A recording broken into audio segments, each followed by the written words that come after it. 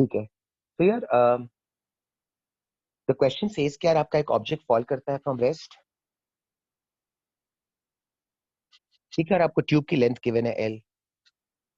The question also says it takes a time of T to fall through the entire length of the tube. और फिर पूछा हुआ है कि how far will it fall in a time of half T. ठीक है, सो 0.5 T में कितना फॉल करेगा। सो यार if you apply the formula S is equal to U T plus half A T square, so since it starts from rest na u की value 0 हो जाएगी, so your equation will reduce down to this function s is equal to half a t square. सही। now if you look at a relationship between s and t square, so I guess it is pretty much apparent that the distance covered appears to be directly proportional to time square. so अगर आपको time की value half दी हुई है 0.5 t, बेटा अगर आप half को square करोगे तो डिस्टेंस कवर्ड का आंसर आपका 1/4 हो जाएगा, which means 0.25। अच्छा, जो जो पूछते जा रहे हैं ना लोग, वो मुझे बस सजेस्ट कर दीजिएगा कि आपने फॉलो कर लिया है, ताकि अगर कोई काउंटर क्वेश्चन हो तो मैं काउंटर क्वेश्चन का आंसर दे दूं। सो जिन्होंने भी पूछा था ना, बस मुझे एक ओके टेक्स्ट कर दीजिएगा कि you have understood. Otherwise audio को ऑन करके मुझसे काउंटर क्वेश्चन पूछ लीजिएगा, फिर मैं क्वेश्चन 1 पे चला जाता हूँ। ठीक है, सो आई एम अज्यूमिंग कि समझ में आ गया। सही है, थैंक यू। सिर्फ ओके भी कर देंगे ना तो काफी है, मेरी स्क्रीन पे आ जाएगा। ओके यार, क्वेश्चन 1 के अंदर आमिना एंड स्लैश अमीना, मैं हमेशा भूल जाता हूँ यार। सो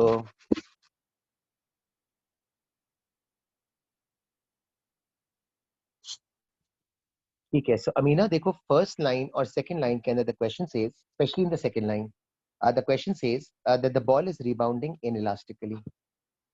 सही, स्क्रीन पे आपके नजर आ जाएगा।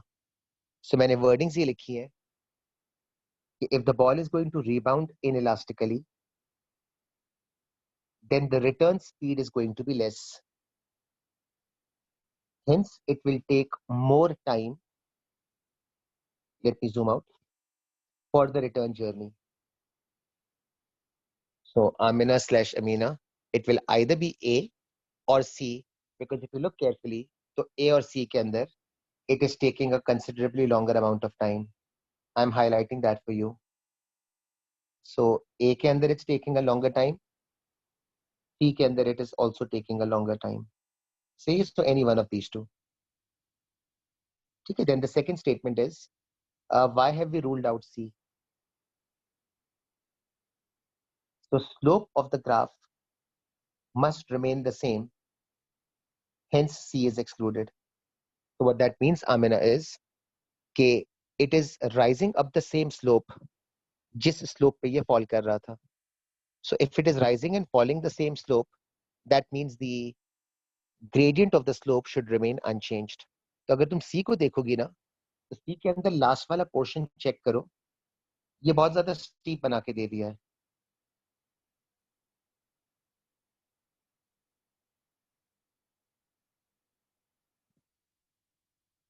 इसलिए इसको एलिमिनेट कर दिया है। So it's rising and falling down the same slope. तो अगर ये एक ही स्लोप पे राइज और फॉल करेगा, सो इसका मतलब है the gradient of the last portion must match with the gradient of the first portion, which means the two black lines must be parallel to each other. A के अंदर it appears to be parallel, D C के अंदर it does not appear to be parallel. Okay, Amina ने लिखा है oh sir, okay sir, got it. ठीक है, एक सेकेंड ना, मैं स्टूडेंट्स को एडमिट भी करता जाऊं,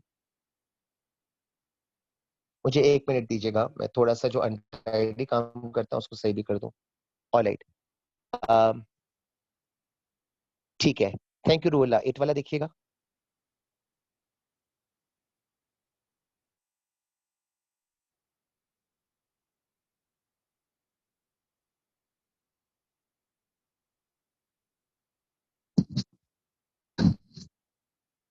मैंने वर्टिकल कर दिया है ताकि आपको जरा सा जूम इन होके नजर आ जाए.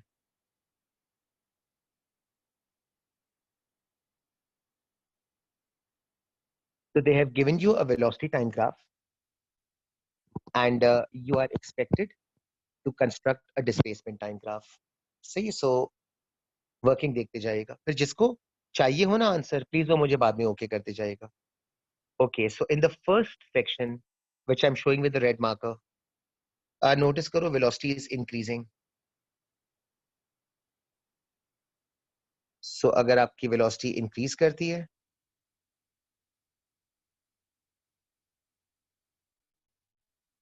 therefore gradient of displacement time graph must also increase.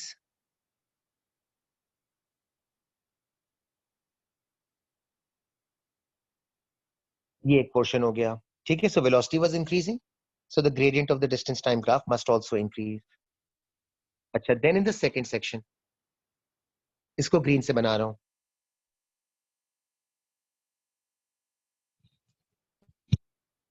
So green वाले के अंदर velocity decreases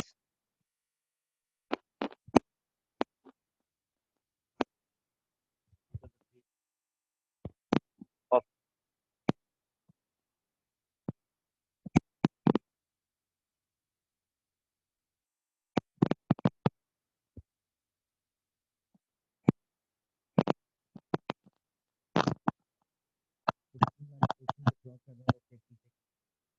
decrease कर रहा है. दो चीजें हो गई.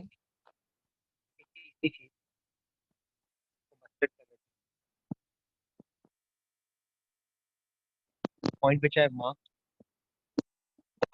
at this point. Sir, we can't hear you properly. Okay. अब आवाज सही आ रही है? जी. सही है. शायद हो सकता है माइक्रोफोन पे मेरा, माइक पे मेरा हाथ चला गया हो. ऑलराइट, सो मैं कह रहा था रेड वाले पोर्शन में वेलोसिटी इज इंक्रीजिंग. रेड वाले पोर्शन में velocity is increasing, so the gradient must also increase. फिर इसके बाद ग्रीन वाले पोर्शन के अंदर the velocity is decreasing, so the gradient must also decrease. और वो जो मस्टर्ड वाला पॉइंट मैंने मार्क किया है, वहां पे velocity is 0, so the gradient must also be 0.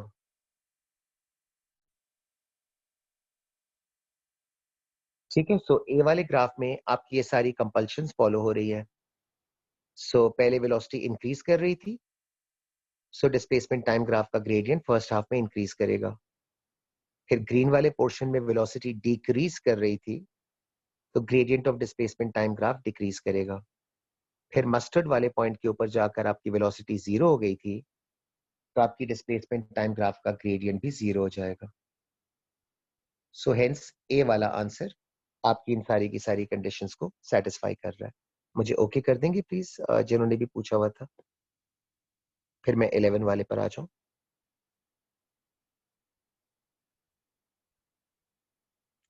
थोड़ा जल्दी प्लीज, जिन्होंने पूछा हुआ था,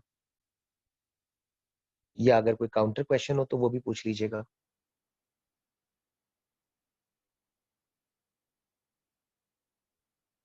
यार एटलीस्ट जवाब तो मुझे दे दो कि ओके हो गया है कि नहीं हुआ है, जिन्होंने भी क्वेश्चन 8 पूछा था, ताकि मुझे आइडिया हो जाए कि मुझे आगे मूव करना है या नहीं.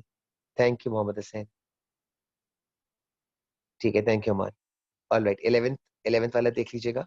अरे नो इश्यूज, वो एक्चुअली मैं आप लोगों का इंतजार कर रहा था कि आप लोग कोई ना कोई कमेंट मुझे लिख दोगे कि whoever had asked the question ना, उसने फॉलो कर लिया, ताकि फिर मैं नेक्स्ट वाले पे मूव कर जाऊं. ठीक है, 11th वाला देख लें. आई थिंक 11th वाला इस पेज पे तो नहीं है, नेक्स्ट वाले पेज पर है.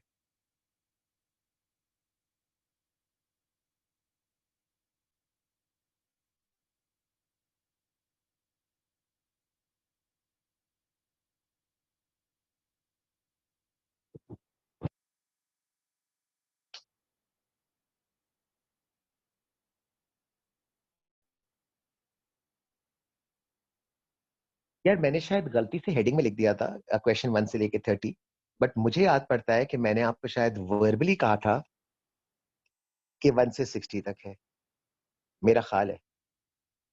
तुम लोग मुझे बेवकूफ बनाने की कोशिश कर रहे हो। मुझे याद पड़ता है कि मैंने कहा था 1 से 60, लेकिन गलती से शायद इस लिस्ट में मैंने लिख दिया था 1 से 30। एनीवेज, तो यार 11th वाला किसी ने पूछा है, मुझे प्लीज बता देंगे 11th वाला किसने पूछा है, ताकि मैं एड्रेस करके डायरेक्टली आंसर दे दूं। फिर इब्राहिम मैं आपके 15 पर आ जाऊंगा। जी, एनीवन विद 11, प्लीज अनम्यूट करके बता दो या वैसे बता दो जल्दी जल्दी। जी सर 11th 11। वाला। हाँ यार बेटा, 11th की वर्टिकल एक्सिस पे देखिएगा, आपको वेलोसिटी गिवन है, लेकिन नोट करो किलोमीटर पर आवर के अंदर है। जी सर यही क्वेश्चन था, वो कन्वर्ट कैसे करते हैं, कन्वर्ट कन्वर्ट कैसे कैसे करते करते हैं वो पूछ लिया था ना, मैं बता देता हूँ। तो किलोमीटर्स पर आवर को इनटू मीटर्स पर सेकंड में लाने के लिए multiply by 1000 and divided by 3600। 1000 से मल्टीप्लाई करना और डिवाइडेड बाय 3600 कर देना। सही। तो हर वैल्यू को, जो भी तुम्हारी किलोमीटर्स पर आवर में है, if you multiply that value by 1000 and divided by 3600, your value will get converted into meters per second. Okay है, तो मैं अगले वाले पे मूव कर जाऊं बेटा। ठीक है, 15 वाला देख लीजिएगा जो इब्राहिम ने पूछा है। ओके, पहले 13 करा दूं। थैंक यू रूबुल्ला, बस मुझे ट्रैक पे रखना। 13 वाला देख लीजिएगा। मुझे लगता है 13 भी सेम क्वेश्चन है, क्योंकि 13 के अंदर भी किलोमीटर्स पर आवर गिवन है। सो काइंड ऑफ 13 सिमिलर है, similar to the question which I was just answering. तो 13 के अंदर भी यही काम करना है, convert kilometres per hour into meters per second, then find gradient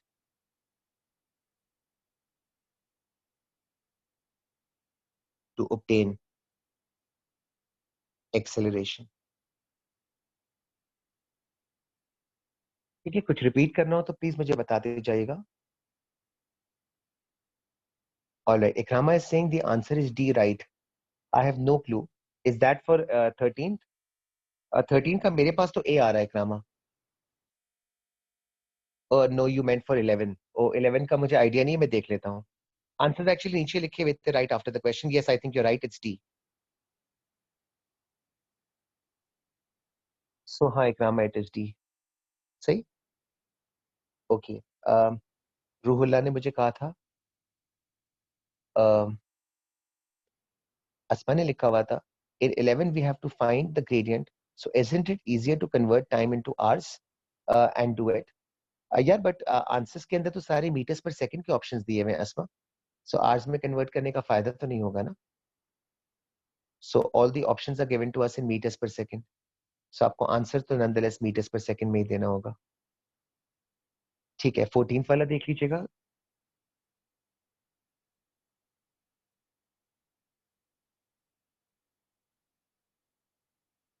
तो यार 14th के अंदर मैं वर्डिंग रीड करता जा रहा हूँ, आप स्टेटमेंट साथ साथ देख लो। A science museum designs an experiment to show the fall of a feather in a vertical glass vacuum tube. So recognize one thing, vacuum का मतलब है there is no air resistance. So we can assume the value of acceleration to be 9.81.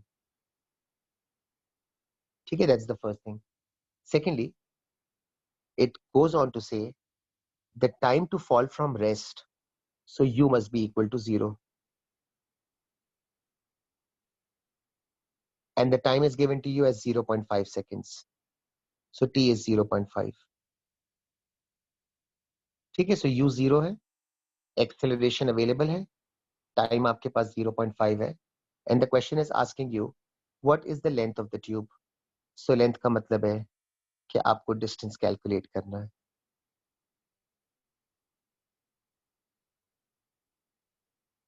ठीक है, formula मैंने apply कर लिया है, आप वर्किंग को चेक कर लीजिएगा। So using S is equal to U T plus half A T square, you should be able to get the answer for the distance covered. सही। हमजा ने लिखा है we can directly divide by 3.6 to convert kilometres per hour. Yes, you can do that. Divided by 3.6 to convert from kilometres per hour. तुमने उल्टा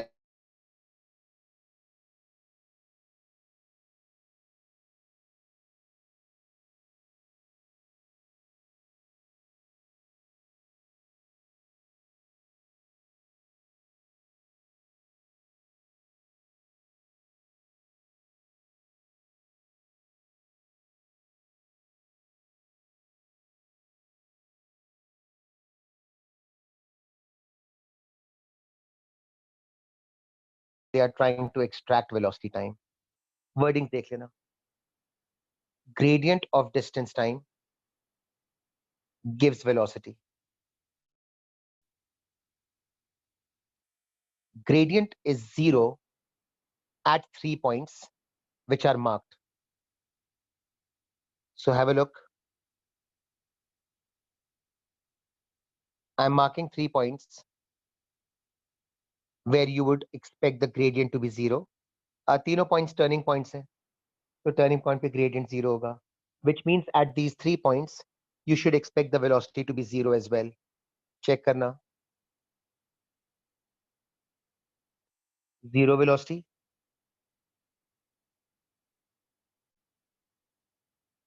Zero velocity. And 0 velocity. So the question was saying कि आपको distance time से velocity time का graph obtain करना है. So the first statement which I wrote was gradient of distance time gives you velocity. Second statement, gradient is 0 as at 3 points marked. So the velocity should be 0 at these 3 points as well. Hence the answer will be A. मैं इसको landscape mode से shift कर दूं तो आपको शायद read करना आसान हो जाएगा.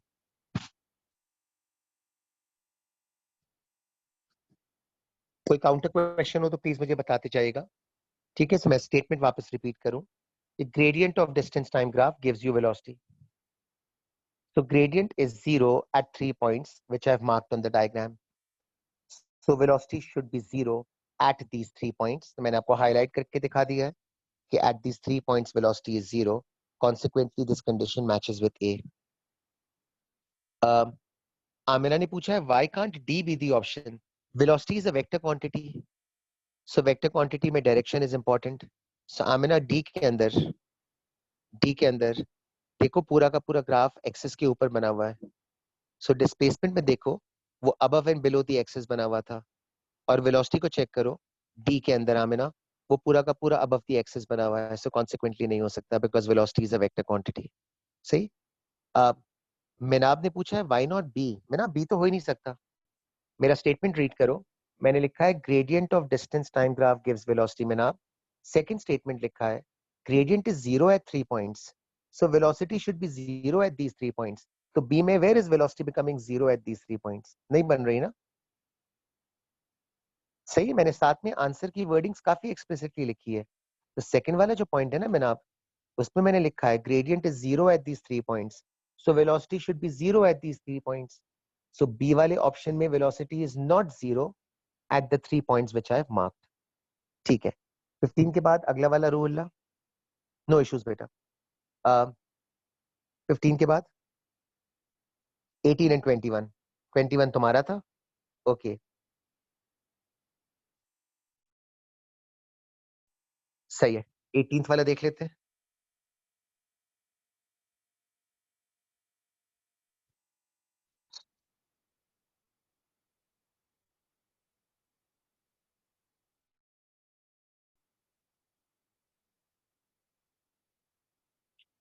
We are in the first line. The question says a body is released from rest and falls vertically in air of constant density. So air resistance is present. Therefore we should expect कि जब ये object fall करेगा so it must achieve terminal velocity.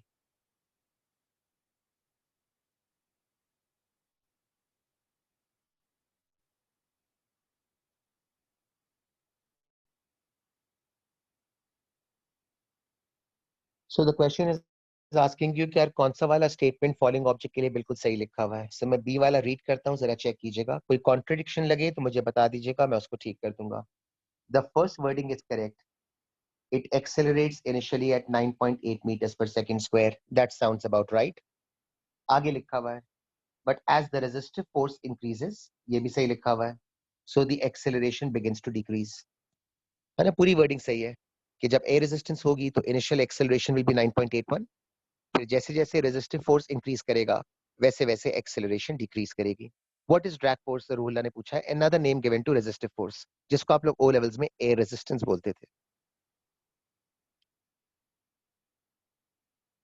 Proceed करते जाओ यार जिन्होंने भी पूछा हुआ था.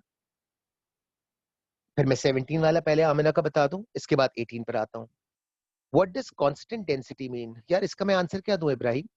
कांस्टेंट डेंसिटी, डेंसिटी कांस्टेंट है, इसके लिए तो कोई ऑल्टरनेट वर्डिंग भी यूज नहीं कर सकता मैं. जी ईमान, वापस बोल देता हूँ. If an object is falling in air, constant density is irrelevant. What's relevant is that the object is falling in air, ईमान.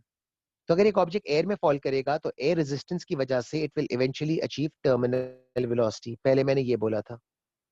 अब अगर तुम अज्यूम करती हो कि वो टर्मिनल वेलोसिटी अचीव करेगा, तो इसका मतलब है कि regarding the wording of acceleration जो स्टेटमेंट लिखा है, that sounds right. Let me read the statement. It says the acceleration initially will be 9.8 meters per second square. So Amna, that's the correct statement. फिर आगे लिखा हुआ है, but as the air resistance drag force increases, so the acceleration will start to decrease. So remember terminal velocity में यही होता था कि शुरू में acceleration 9.81 होती थी, इसके बाद जैसे जैसे resistive force increase करता था तो acceleration की value decrease करती थी. रूहला ने पूछा हुआ है, okay, yes Mahin, we will study drag force with upthrust separately. Okay, रूहला ने पूछा हुआ है, if it falls freely, then it will also obtain terminal velocity. So Ruhula, if it falls freely in air, then it will obtain terminal velocity. But Ruhula, if it falls freely in vacuum, then certainly it will not achieve terminal velocity. Okay, अमार ने पूछा हुआ है कि यार C क्यों नहीं हो सकता? C के अंदर देखो ये वर्डिंग ही गलत लिखी है. The velocity increases, यहाँ तक सही है. आगे लिखा है ये चीज. So अमार याद करो, अगर एयर रेजिस्टेंस होती थी तो वेलोसिटी इंक्रीज करती थी, but it can not increase at a constant rate. So in the presence of air resistance, Amar velocity will surely increase, but you can't expect the velocity to increase at a constant rate. ठीक है, हमजा ने तुम्हें बिल्कुल सही answer दिया हुआ है. Thank you Hamza. So Ammar, अगर तुम हमजा वाला आंसर रीड कर दोगे ना, उसने सजेशन दे दिया. ऑलराइट गाइस, इसके बाद मैंने मिस कर दिया 18 के बाद. जी रोला, मेरे रेस्क्यू के लिए आ जाओ भाई. 18 के बाद कौन सा था बेटा? 21. ऑलराइट.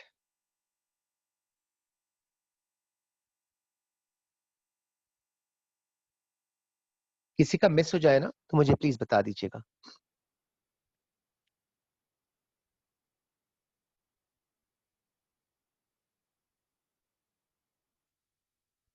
तो यार 21 के अंदर it says a ball is released from rest above a horizontal surface and bounces several times.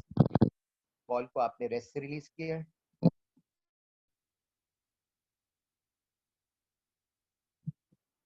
ये फॉल करेगा, थोड़ा सा बना रहा हूं, ग्राउंड पे हिट करेगा, बाउंस नहीं बना रहा, जरूरत नहीं है, तो बस सिर्फ फॉल करता हुआ भी दिखा दूंगा ना तो भी समझ में आ जाएगा. वर्डिंग पहले देखो.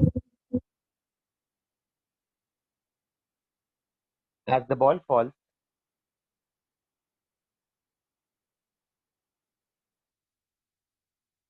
its velocity increases, therefore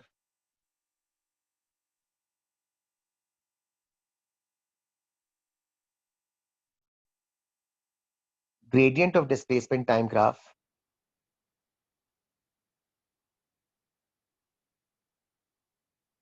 must also increase. अगर मैं डिस्प्लेसमेंट टाइम का ग्राफ बनाऊं,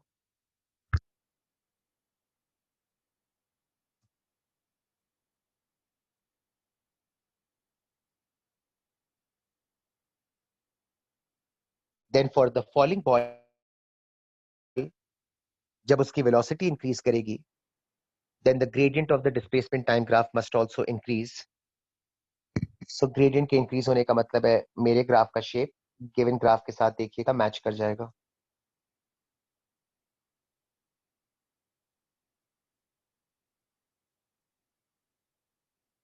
So the question was asking me कि यार कौन सी क्वांटिटी की रिप्रेजेंटेशन हो सकती है तो डिस्प्लेसमेंट के लिए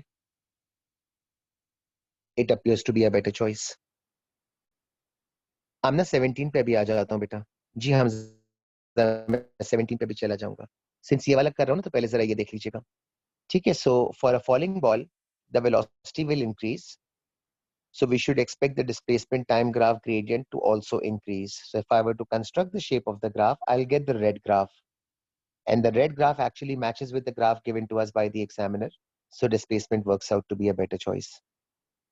जरा ओके प्लीज कोई कर देगा तो आई नो कि यार समझ में आ गया जिन्होंने पूछा हुआ था. And then I go back to 17. कोई काउंटर क्वेश्चन हो ना तो प्लीज वो भी पूछ लीजिएगा. ठीक है. 17 वाला देख ले.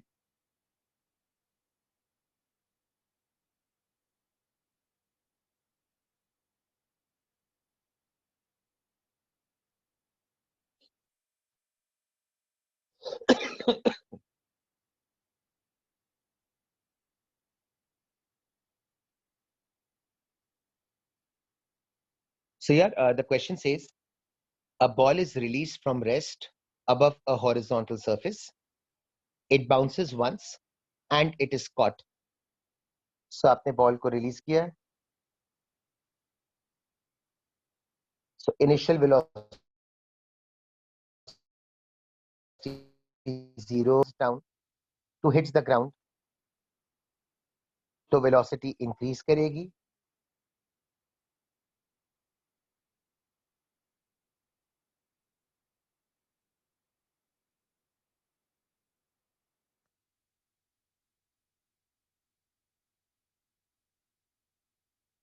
तो अगर आप यहां तक देखेंगे ना कि as it falls the velocity must increase, तो I guess you would agree the option can be, सिर्फ दो ही options हैं. Either the option can be D where the velocity is increasing, or the option can be A where the velocity is increasing. बस दो ही options हैं, A और D. उसके अलावा तो कोई और option बचता नहीं है. एक तो ये चीज हो गई. अच्छा अब sorry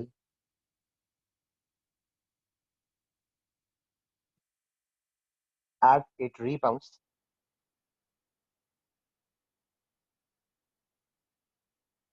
direction changes.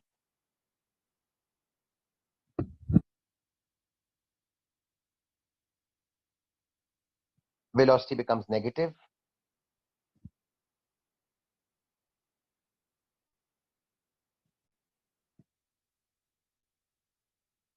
Hence D. ठीक है. जरा ओके कर देंगे यार. तो पहले मैंने ए और डी वाले ऑप्शंस पे कंसंट्रेट किया, बाकी दो को एक्सक्लूड कर दिया. और इसके बाद as the ball rebounds its direction will change, so the velocity should become negative. So अब इसकी बेसिस के ऊपर आपका ए वाला भी एक्सक्लूड हो गया और सिर्फ डी वाला ऑप्शन बच गया था. All right. इसके बाद सॉरी जी रूहुल्ला, एक सेकेंड है मैं जरा स्टेटमेंट्स पढ़ लूं. Yes, you are right, Hamza. Yes, you are right. In this case, we have assumed the upward motion as negative. बिल्कुल. यार 50 to 60 के लिए थोड़ा सा रुक जाओ क्योंकि बीच में क्वेश्चंस आते रहेंगे. तो मैं चाह रहा हूँ थोड़े से आ जाए बीच में.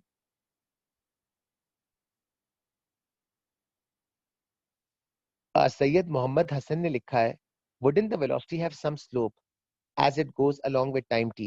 बाउंस के अंदर हसन हम लोग अज्यूम करते हैं कि there is a negligible time waste, so इसीलिए स्लोप शो नहीं करते हैं.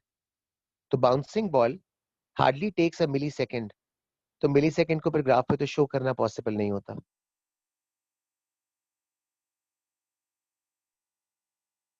ठीक है. जरा प्लीज मुझे आगे के बताते जाएंगे बाकी लोग यार. सो 17 के बाद जो 20s में थे प्लीज जरा सजेस्ट कर दीजिएगा.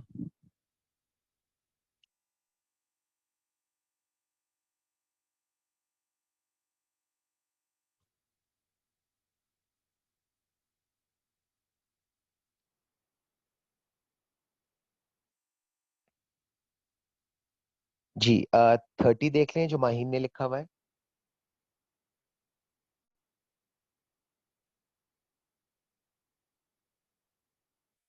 तब तक जरा प्लीज बाकी लोग भी बताते जाना।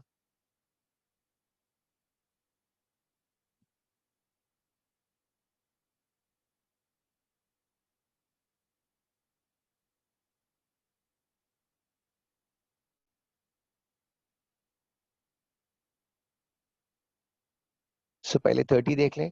अच्छा मुझे अंदाजा है यार आप में से बहुत सारे लोगों ने होमवर्क नहीं किया होगा। अब बेटा आई कांट स्ट्रेस इनफ कि आप लोगों ने होमवर्क करना है। सो हाँ इट्स ओके कोई इशू नहीं है। मुझे माहीन का और हमजा का आंसर मिल गया है। सो मैं पहले 30 करा रहा हूँ, then I move on to 23। 30 के अंदर माहीन आपके पास क्वेश्चन में गिवन है कि in a cathode ray tube an electron is accelerated uniformly in a straight line from a speed of 4 into 10 to the power of 3. So Mahin, this will become the initial speed.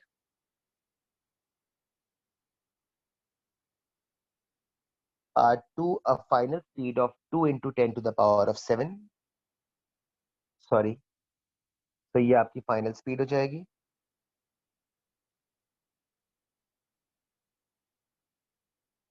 Over a distance of 10 millimeters. So Mahin ये millimeters में है. इसको मुझे convert करना पड़ेगा. So 10 millimeters will be 10 into 10 to the power of minus 3 meters. मैं convert लिख दूं. So the question is asking you कि यार आपको acceleration figure out करनी है. So with the details available, and if you are expected to work out the value for the acceleration, see, so v square equals u square plus 2as. ठीक है, apply कर लीजिएगा to find acceleration. ठीक है, सो Maheen u की value भी available है, v की वैल्यू भी अवेलेबल है, और डिस्टेंस को हमने मीटर्स में कन्वर्ट कर दिया है. ऑल राइट, पहले मैं 22 बता दूं आमिना का, फिर अस्मा में आपके 29 और 23 पर आ जाता हूँ. 22 पहले शो कर दूं.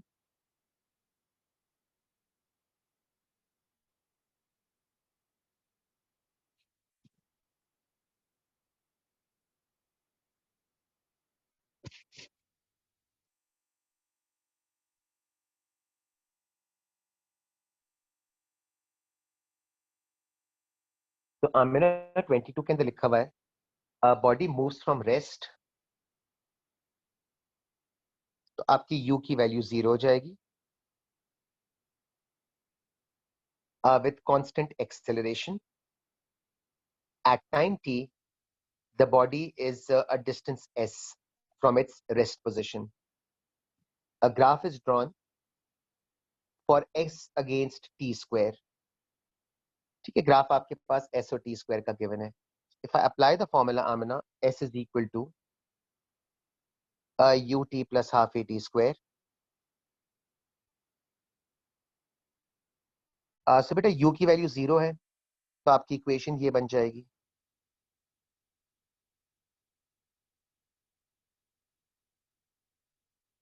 ठीक है, अब नोट कीजिएगा कि आपने y एक्सिस के ऊपर s को प्लॉट किया हुआ है.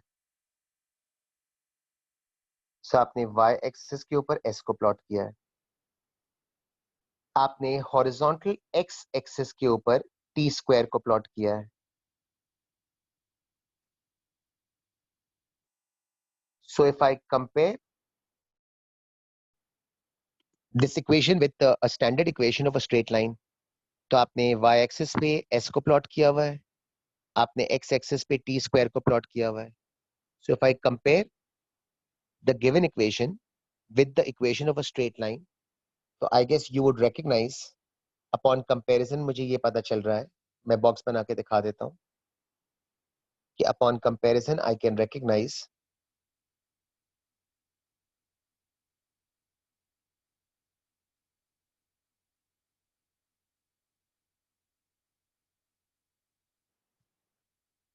So as I was saying, upon comparison, I can recognize that the gradient of this graph must be equal to half a. Or I can say acceleration is given by 2 times the gradient of the graph. So when I've compared the given equation with the standard equation of a straight line y is equal to mx, so the gradient corresponds to half a, or you can say acceleration is equal to 2 times the gradient. So consequently, the question was asking me, which statement describes the acceleration of the body? See, the C के अंदर सही लिखा हुआ है, it is equal to twice the value of the gradient of the graph. So Amina, okay कर दीजिएगा please.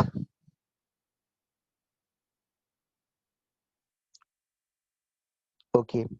अच्छा, अस्मा ने कहा है 29 is clear. किसी और का 29 हो तो प्लीज लेट मी नो, और तब तक मुझे अगला वाला बता दीजिएगा, मैंने मिस कर दिया था. ओके 29 इब्राहिम को पूछना है, so let me do it. इससे पहले 23 कर दो.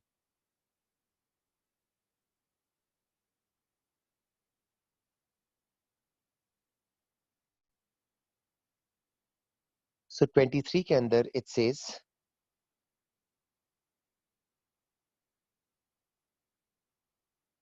एक सेकंड रुकिएगा यार, एक दो स्टूडेंट्स ज्वाइन कर रहे हैं, फिर मैं स्टार्ट कर लूं.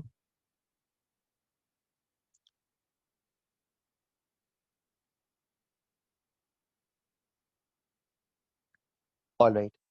सो 23 के अंदर it says an object moves directly from P to R. फिर आगे लिखा हुआ है in a shorter time a second object moves from P to Q and then from Q to R. So first object goes directly from P to R. Second object takes a longer route. It goes from P to Q and then it goes from Q to R.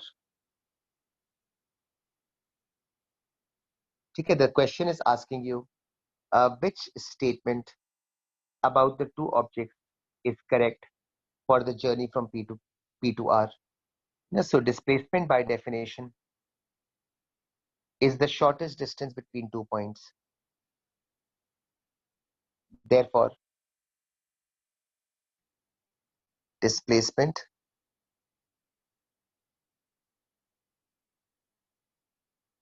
in both cases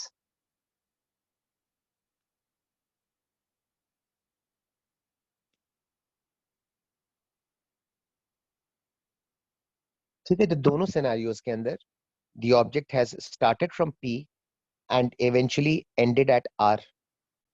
So displacement is the shortest distance between 2 points. तो दोनों जगह starting point भी same है, point of origin, और destination भी same है, point of destination. So दोनों cases के अंदर you must expect the value of displacement to also be the same.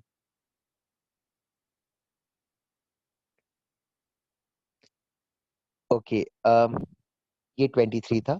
जी इब्राहिम, कुछ अगर आपने कहना है, तुमने सर लिखा हुआ है.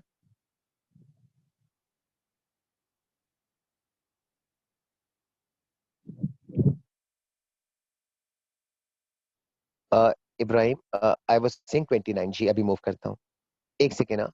यार, there is the student by the name of Iman. Has she joined? Iman Naqvi, are you there? और ईमान सिद्दीकी, I believe. हाँ, मैं यही सोच रहा था, मेरी स्क्रीन पे बार बार आ रहा था. I was just wondering कि I guess वो शायद आपके नेट के साथ कोई इशू हो रहा है. So don't worry, I'll keep on letting you in case अगर प्रॉब्लम होता है तो. हाँ, मुझे अंदाजा हो गया था, which is why, क्योंकि आप वो मेरी स्क्रीन पे बार बार उसकी अपीयरेंस हो रही थी. नो इश्यूज बेटा. जी 29 देख लीजिएगा.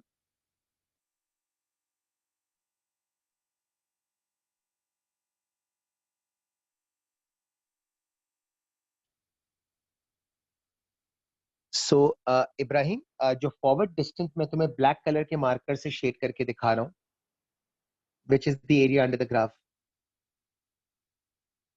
So if you calculate this area under the graph, you will be able to get the forward distance.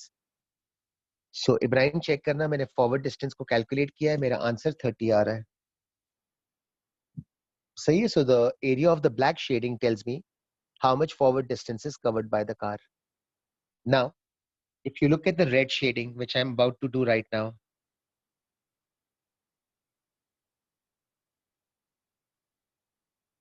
so beta, the red shading will tell you कि उसने बैकवर्ड्स कितना डिस्टेंस कवर किया है, और coincidentally Ibrahim backward का भी answer इत्तेफाक से 30 ही आ रहा है, because both the areas, the black one and the red one, are coincidentally coming out to be equal to each other. तो जितना आगे गया था उतना ही वापस पीछे आ गया है. And the question is asking you how much is going to be the average velocity. सही है. सो रिमेंबर, एवरेज वेलोसिटी का फॉर्मूला बनेगा total displacement upon total time.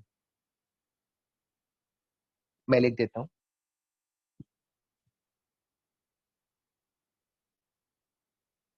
So average velocity is total displacement upon total time. तो इब्राहिम जितना forward गया है ना उतना ही बैकवर्ड्स आया है, तो इसका मतलब है टोटल डिस्प्लेसमेंट का आंसर तो 0 हो जाएगा. टाइम 15 है, so the average velocity will be 0 as well.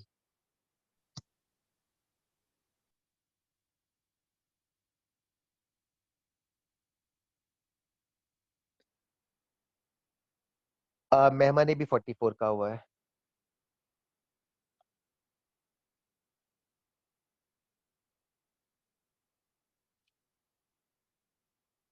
एक सेकेंड ना, स्क्रीन को रोटेट कर लो. सही है. सो यार 44 के अंदर इट सेज, so 44 के अंदर it says the graph shows a velocity time graph for two velocities x and y.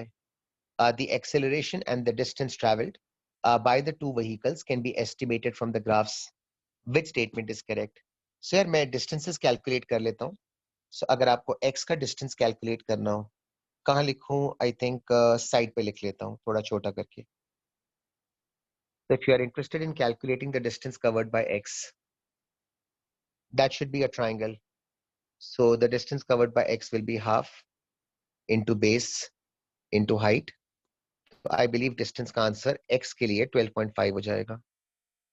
And likewise, if you calculate the distance covered by y, which must be the area of a trapezium. So trapezium के लिए it will be half times sum of parallel sides will be 2 plus 3 multiplied by height will be 5. So coincidentally, this answer is also coming out to be 12.5. Okay, so the distance covered by x when compared with the distance covered by y MEMA, they are both coming out to be equal. So on the basis of this calculation, the answer should be D.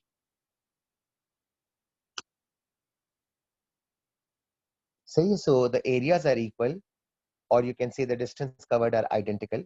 Consequently, the last statement seems to be correct, that the distance traveled by x and y in 5 seconds are the same.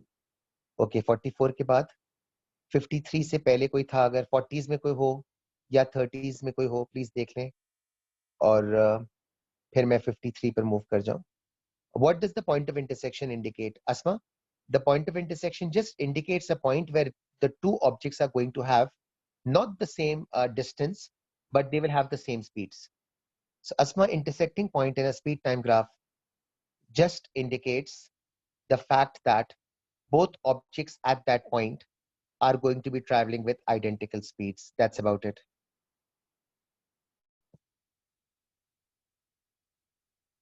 Okay, 53 था ना? रूला शायद 53 था ना?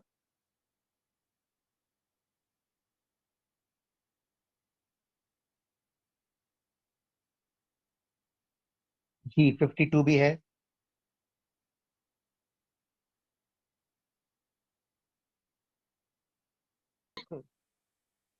एक second ना.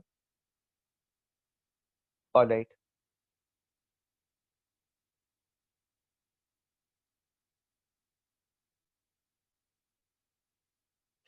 In order that a train can stop, so final velocity is 0. It will always pass a signal showing a yellow light before it reaches a signal showing a red light. Drivers apply the brakes at the yellow light, and this results in a uniform deceleration to stop exactly at the red light. The distance between the red and the yellow light is x.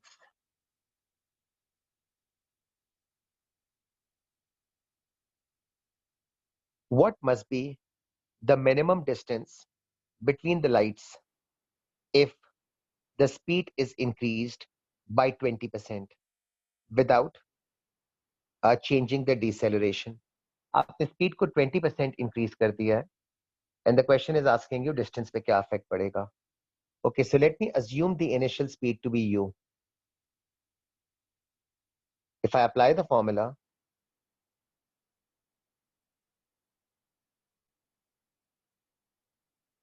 my final velocity is 0, my initial speed is u, my distance covered is x. So if I make a the subject, I will get this answer.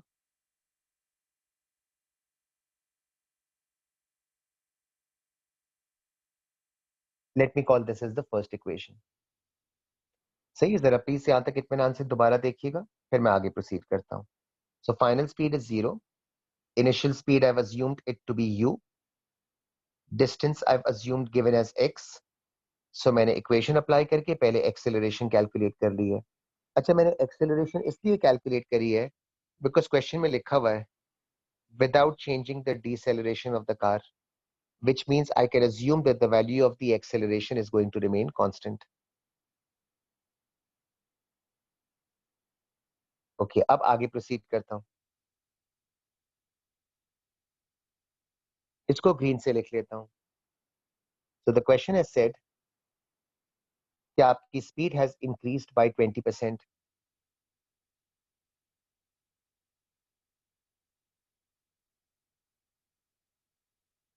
है ना? So the new speed will be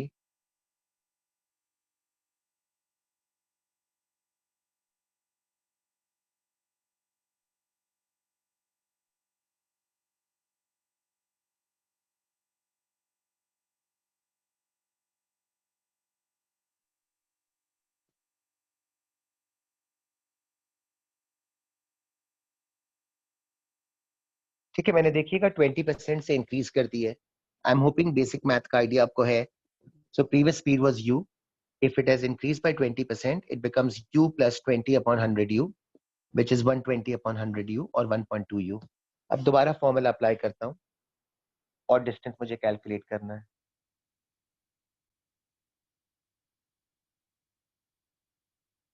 जो quantity find out करनी है उसको red से लिख रहा हूं. So I'm applying the same formula. Distance find out करना है, कीप दैट इन माइंड. मैंने डिस्टेंस को d लिख दिया. नंबर्स लगाता जा रहा हूं. Final speed is 0.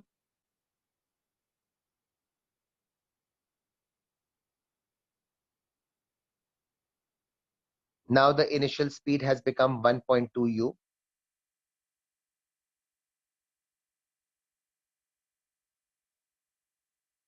Acceleration top से कॉपी कर रहा हूं.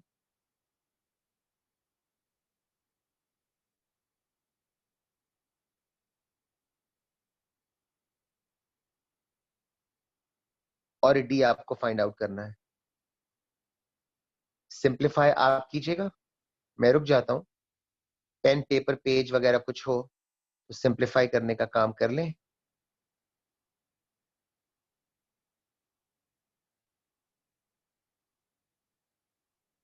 एज अ साइड नोट जरा सिंप्लीफिकेशन आप कर लें और जरा कंफर्म कर लीजिएगा सिंप्लीफाई करके.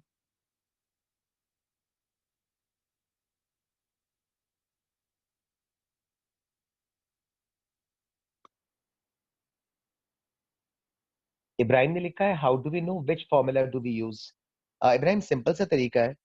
क्वेश्चन में टाइम के बारे में ना कोई इंफॉर्मेशन गिवन है और ना टाइम के बारे में कुछ पूछा है ना? तुम इतनी बात से तो अग्री करोगे कि टाइम के बारे में ना कुछ पूछा है और ना कोई इंफॉर्मेशन गिवन है.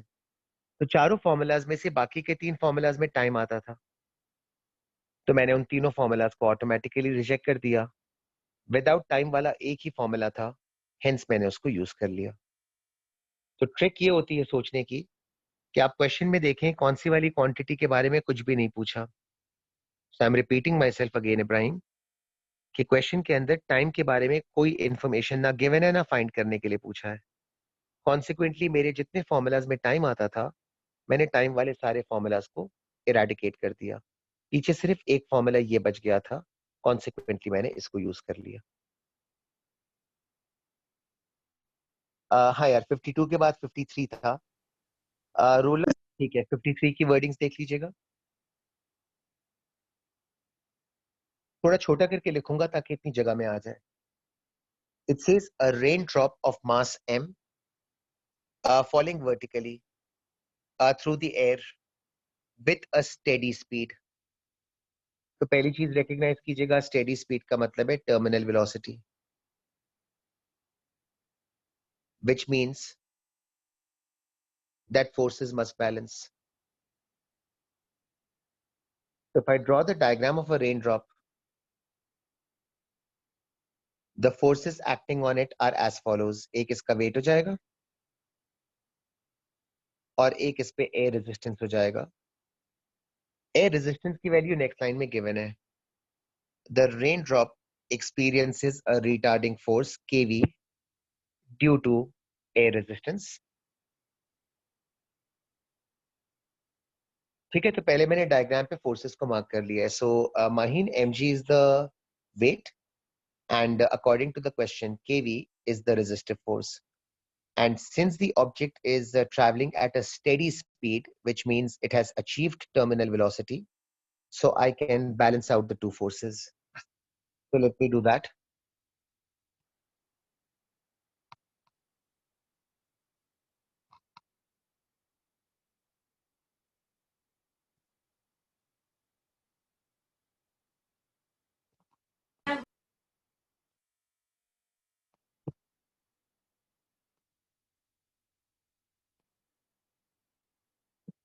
ओके ये तो मेरा पहला काम हो गया।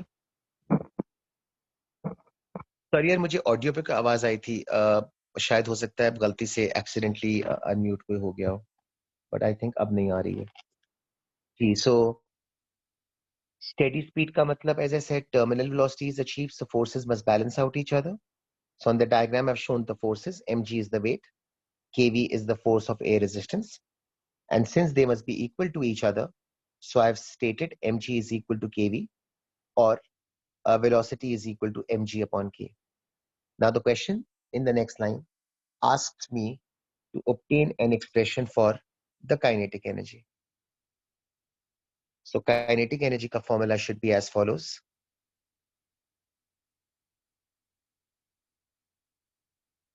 Half mv square। So I'll substitute velocity।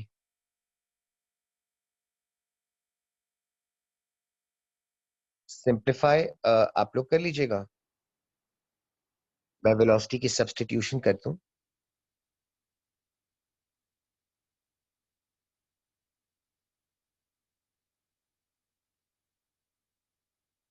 तो आई गेस अगर आप सिंप्लीफाई करोगे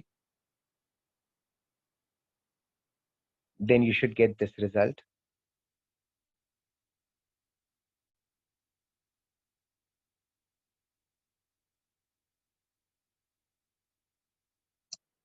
कोई नंबर रिपीट करना है ना तो आप देख लीजिएगा, कोई स्टेप पूछना है तो वो भी सजेस्ट कर दीजिएगा, अदरवाइज ओके करते जाइए।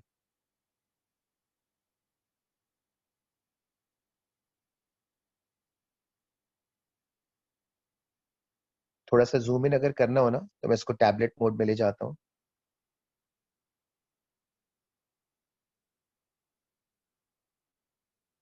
ठीक है, थोड़ा कन्वीनियंट हो जाएगा। तब तक मुझे जरा ओके कर दीजिएगा और नेक्स्ट वाला क्वेश्चन बता दीजिएगा।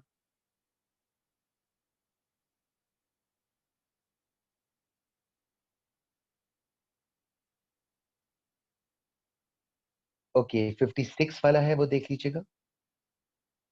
54 पहले करा देता हूँ।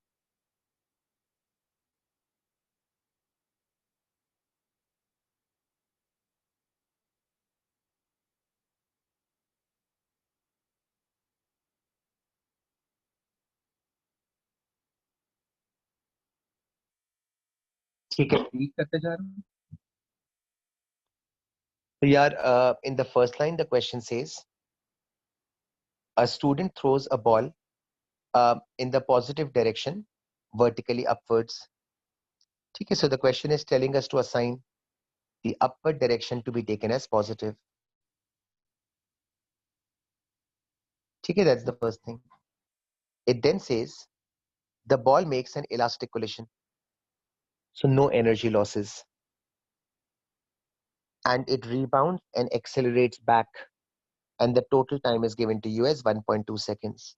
So it is performing an elastic collision with the ceiling, and it rebounds back in a total time of in a total time of 1.2 seconds. So the first thing to recognize should be, Maheen, if the total time is 1.2,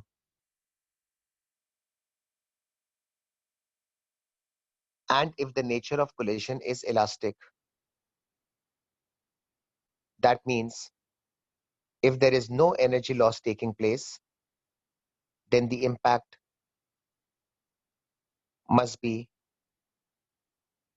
with the ceiling must be exactly midway, that is 0.6 seconds. तो सबसे पहले तो ये चीज elastic coalition से जज कर लेते हैं कि impact is going to be right in the exact middle of the total time. So total time was 1.2. So the impact has to be exactly in the middle. So let's see.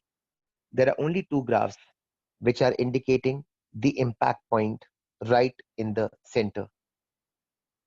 B के अंदर impact is in the center. और I believe D के अंदर impact is in the center.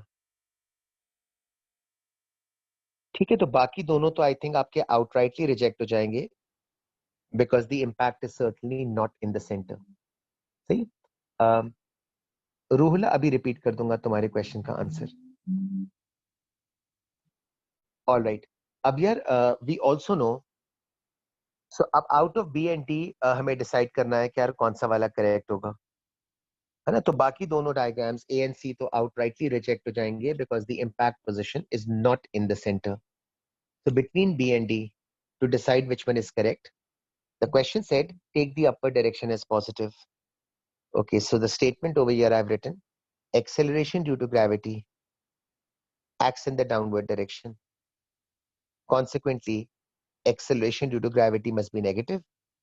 So upward direction is supposed to be taken as positive. Acceleration due to gravity acts downwards, so that must be negative. So आपका A और B तो वैसे भी exclude हो गया. ठीक है, so सिर्फ एक ही ऑप्शन बच गया. ठीक है, तो मैं दोबारा रिपीट करता हूं. The first thing was that since the nature of collision is elastic, so the time taken to go up and the time taken to return back must be identical, which means the location of the impact must be right in the middle. So the total time was 1.2 seconds. So the position of the impact must be right in the center. So that means either B or D. These are the only two possible choices. And then secondly, the question said take vertically upward direction to be positive. And the fact that acceleration acts in the downward direction, so acceleration has to be negative.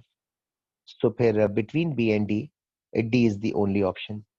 जी, रूला जो तुम्हारा question है, they could have given you the spike in the other direction and even then that could have been correct. So direction of spike की कोई importance या relevance नहीं है. The position of the spike matters, not its direction. So? हाँ. So if it's saying that it's accelerating while going down, so couldn't it be that it would take lesser time to go down?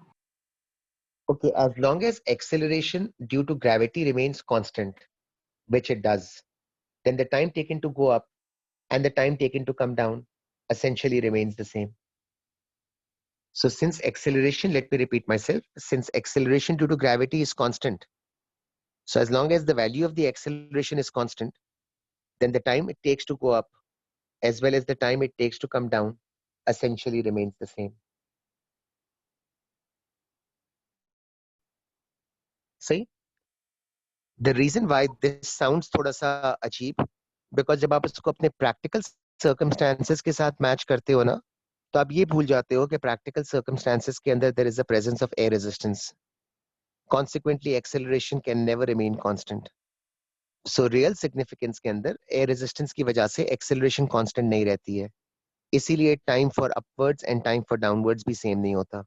तो जब हम practically सोचते हैं तो visualise करते हैं ना, तो हमारे real time experiences in statements के साथ मैच नहीं करते हैं, बिकॉज रियल एक्सपीरियंसेस के अंदर एयर रेजिस्टेंस मौजूद होती है.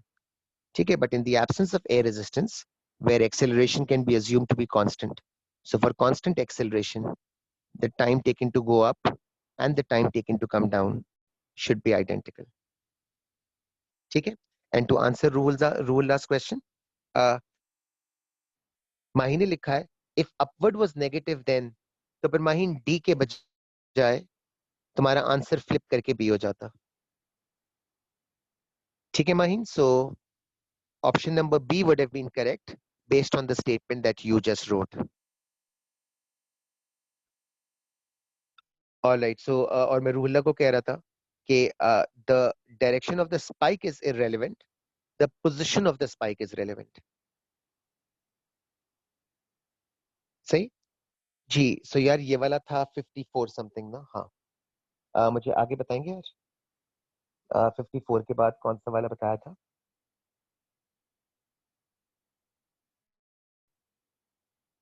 जी. Spike is related to dynamics. You're right.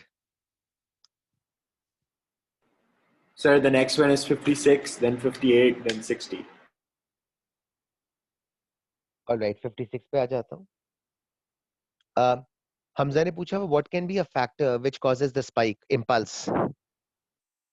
So Hamza, the amount of force which is exerted by the ceiling on the ball determines the size of the spike, which is impulse. ठीक है. So 56 show कर देता हूँ. हमजा वापस repeat करना है तो मैं एक और दफा बोल देता हूँ कि the magnitude of the force upon impact. Okay, सही है. 56 देख लेना.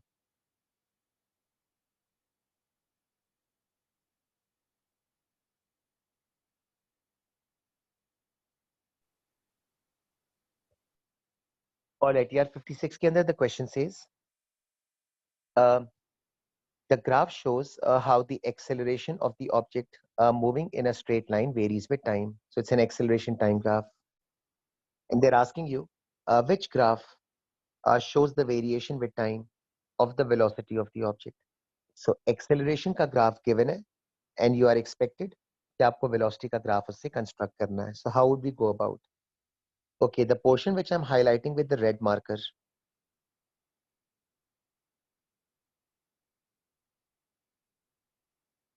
throughout this portion you would agree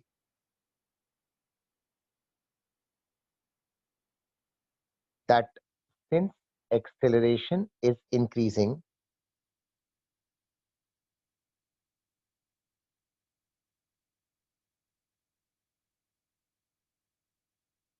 therefore red goes with the red statement. Gradient of velocity time graph must also increase.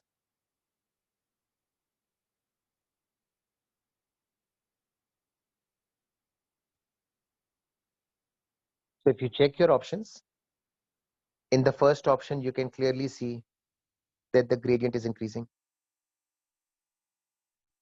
ठीक है. तो रेड वाले पोर्शन की basis पे पहले मैंने फर्स्ट जजमेंट ये करी है कि in the acceleration time graph the red portion is implying that since acceleration is increasing, therefore gradient of velocity time graph must also increase. और वो मैंने हाईलाइट कर दिया है. The red color goes with the red one. अब green से बना रहा हूँ.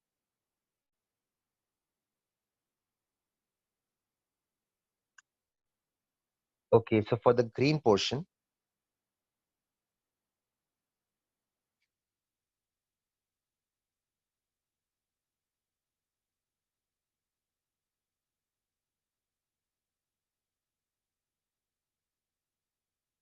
since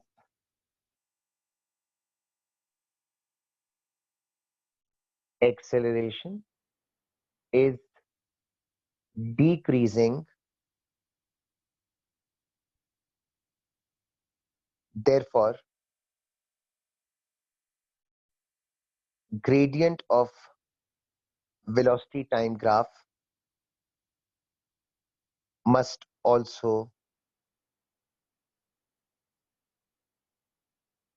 decrease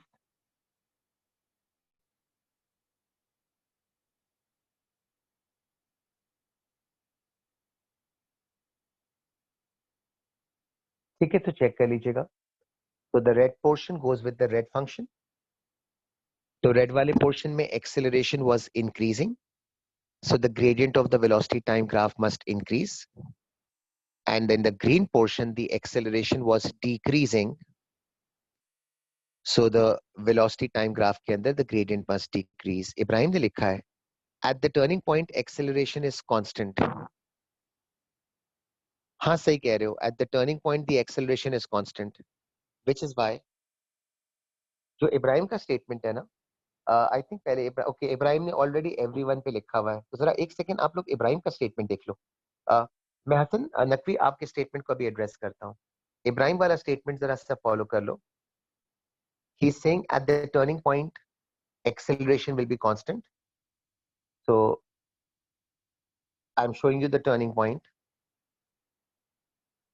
acceleration will be constant, so that turning point is a reflective of the fact कि जो ब्लैक कलर की मैंने लाइन बनाई है इब्राहिम, छोटी सी लाइन, वो स्ट्रेट लाइन है, and the straight line implies कि the acceleration is constant. सही है इब्राहिम. सो टर्निंग पॉइंट के बारे में जो तुमने लिखा था वो सही था कि टर्निंग पॉइंट पे एक्सेलरेशन कांस्टेंट होगी, इसीलिए मैंने वो ब्लैक कलर की छोटी सी लाइन बनाई है which appears to be a straight line on a velocity time graph indicating that acceleration will be constant. अच्छा, हसन ने लिखा हुआ था how would we show the crest of an acceleration time graph on a distance time graph. crest का मतलब है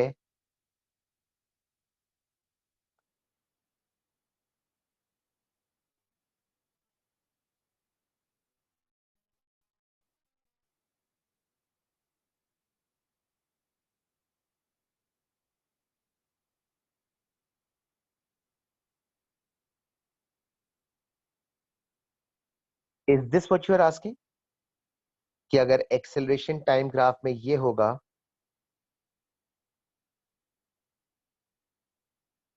तो distance time graph में क्या होगा, is that what you are asking?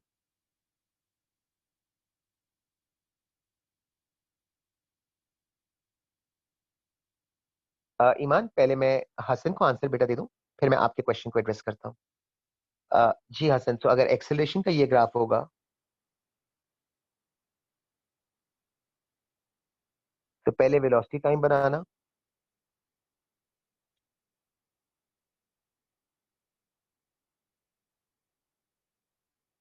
Red portion में एक्सेलरेशन इंक्रीज कर रही है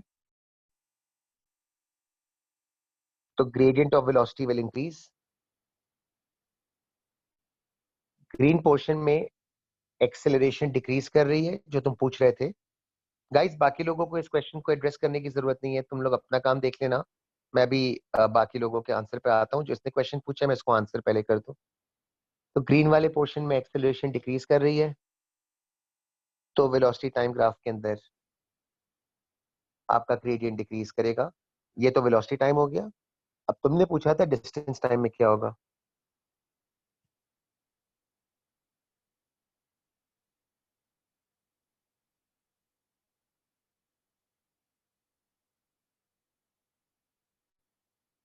फर्स्ट पोर्शन में वेलोसिटी इंक्रीज कर रही है सो डिस्टेंस टाइम के अंदर ग्रेडियंट इंक्रीज करेगा. सेकंड पोर्शन के अंदर भी वेलोसिटी इंक्रीज कर रही है तो सेकंड पोर्शन के अंदर भी डिस्टेंस टाइम ग्राफ का ग्रेडियंट इंक्रीज करेगा. सो सैयद मोहम्मद हसन नकवी, तुम पहले ओके कर दो ताकि फिर मैं इब्राहिम और ईमान को आंसर दे दूं. ऑलराइट, ये मैं इरेज कर रहा हूं.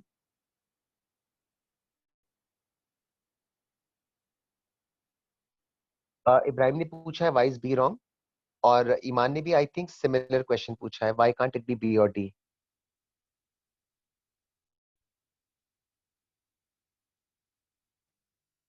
ओके, ईमान को भी और इब्राहिम को भी पहले मैं बी का आंसर दे दूं.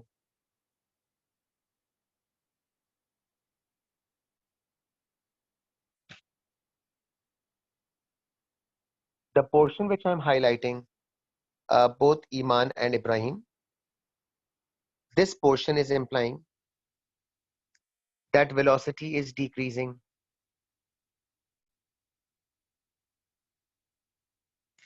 For velocity to decrease, the object must decelerate. And for deceleration to happen, acceleration must go into negative, which is not the case. मैं वापस repeat करता हूँ. The blue portion shows velocity is decreasing. Velocity will decrease only if acceleration becomes negative. And in the top graph, acceleration has never become negative. So B वाला इसलिए नहीं हो सकता. एक तो ये आंसर हो गया. तुम लोग जरा मुझे बी के लिए ओके कर दोगे पहले, ईमान और इब्राहिम. मैं तीसरी दफा एक और दफा रिपीट कर देता हूँ. Nonetheless, मैं एक और दफा रिपीट कर देता हूँ. The blue portion in B implies that velocity is decreasing. So velocity will only decrease if an object undergoes deceleration. And for deceleration to happen, acceleration graph must go into negative, which it was not going. So इसलिए B तो आपके पास directly गलत हो गया. Why can't it be D? तो ईमान D के अंदर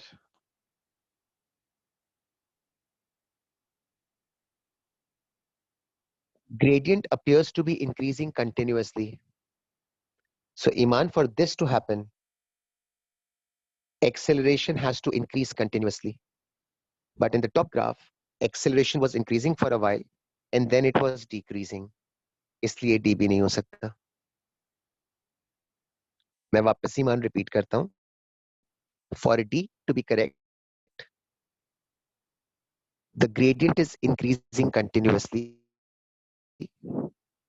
which indicates that acceleration must also increase continuously.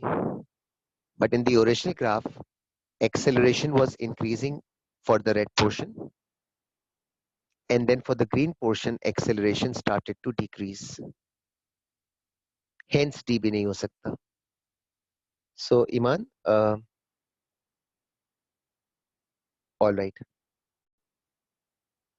Was it 58? 58 देख लीजिएगा.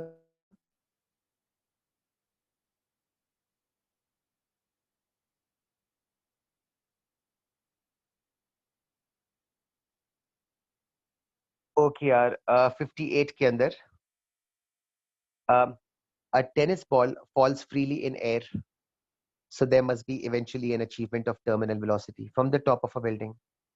Which graph best represents the variation of distance fallen with time? So Rola, मुझे feeling ये है कि तुम्हें लग रहा होगा शायद why not C or something?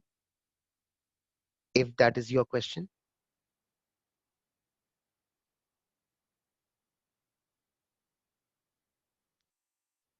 So 58 के अंदर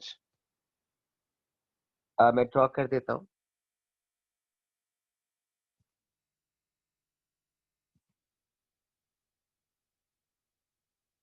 As the ball falls,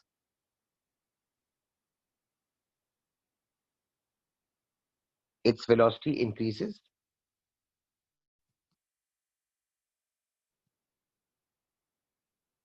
Then becomes constant. So in a distance time graph,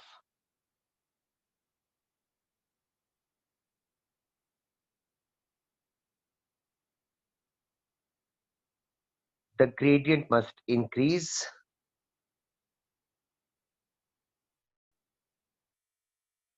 and then the gradient should become constant.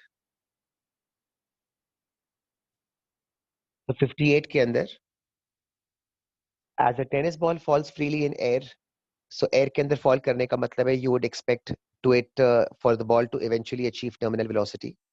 So they're asking you कि यार distance का graph कौन सा बनेगा? So मैंने wording लिख दी है कि as the ball falls, its velocity increases, then becomes constant. That means the gradient of the displacement time graph must increase and then it should become constant.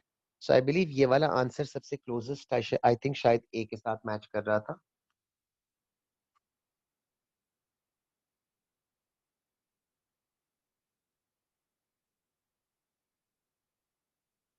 60 वाला था।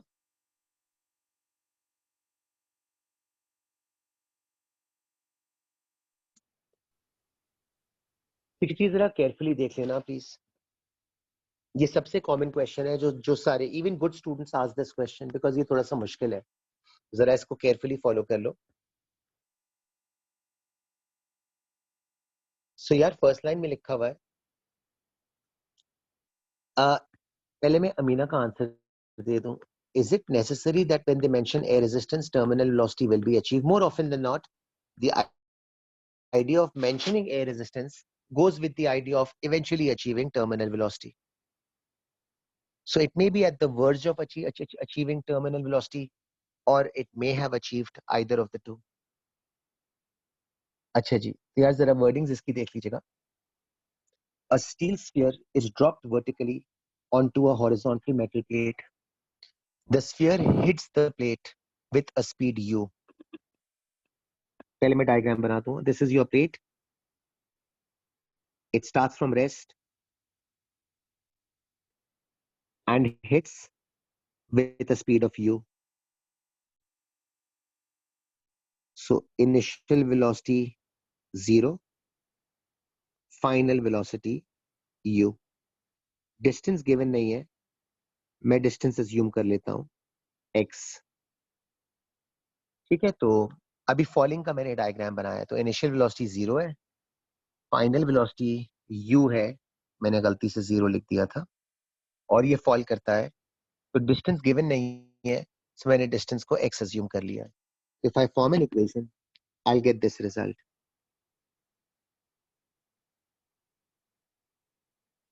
Final speed is u, initial is 0,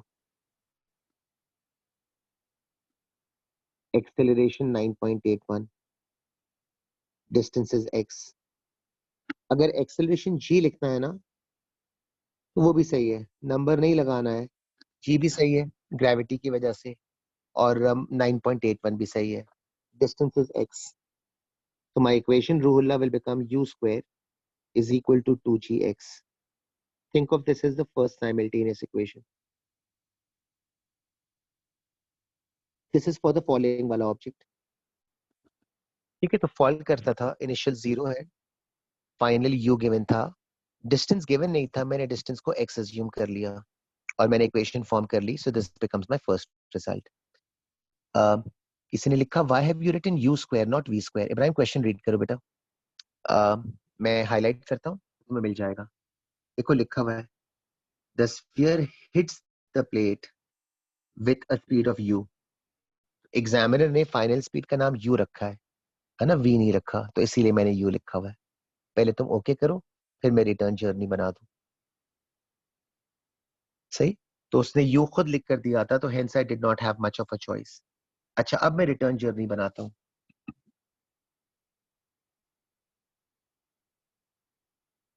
तो return journey के लिए Ibrahim read करना, अब initial velocity का नाम इसने v रखा है, एग्जामिनर ने अल्फाबेट्स को चेंज कर दिया है, क्योंकि लिखा हुआ है leaves it at a speed v।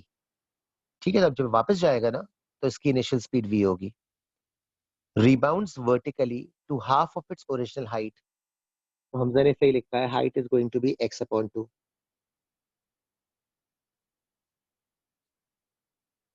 और जब हाईएस्ट पॉइंट पे पहुंचेगा तो फाइनल वेलोसिटी 0 हो जाएगी।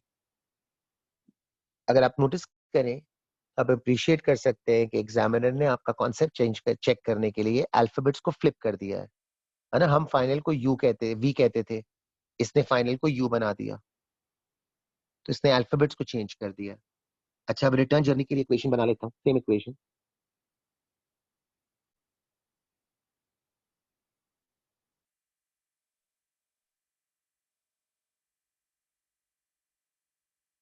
Final speed 0, initial speed v, acceleration number लिखना हो तो -9.81, अगेंस्ट ग्रेविटी जा रहा है, ऊपर जा रहा है, नंबर लिखना हो तो -9.81 लिख देना, अल्फाबेट सूट करे तो -g लिख देना, and distance is half x। अगर आपको नंबर सही लगे तो 9.81 वाले नंबर्स लगा देना, वो भी सही है। और अगर अल्फाबेट से काम चलता है तो अल्फाबेट लगा दो, जो भी आपको ठीक लगे। तो यहाँ से मेरी सेकंड इक्वेशन आ जाएगी।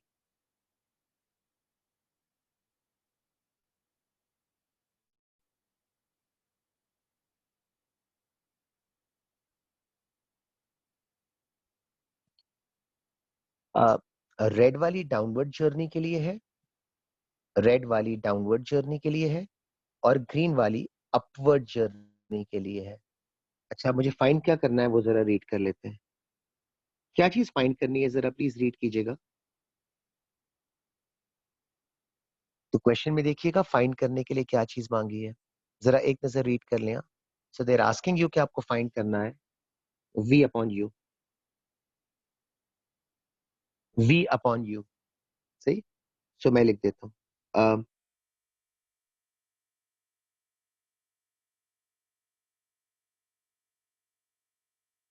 अगर मैं इक्वेशन 2 डिवाइडेड बाय इक्वेशन 1 करूंगा तो मुझे v square upon u square तो मिल जाएगा।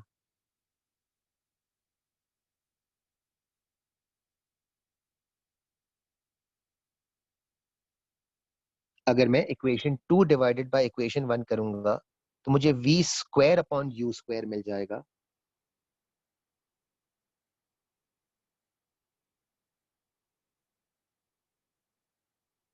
डिवाइड इसलिए किया मैंने ताकि अगर मुझे v square upon u square मिल जाए तो मुझे जाहिर है v अपॉन यू भी मिल जाएगा अंडर रूट करके।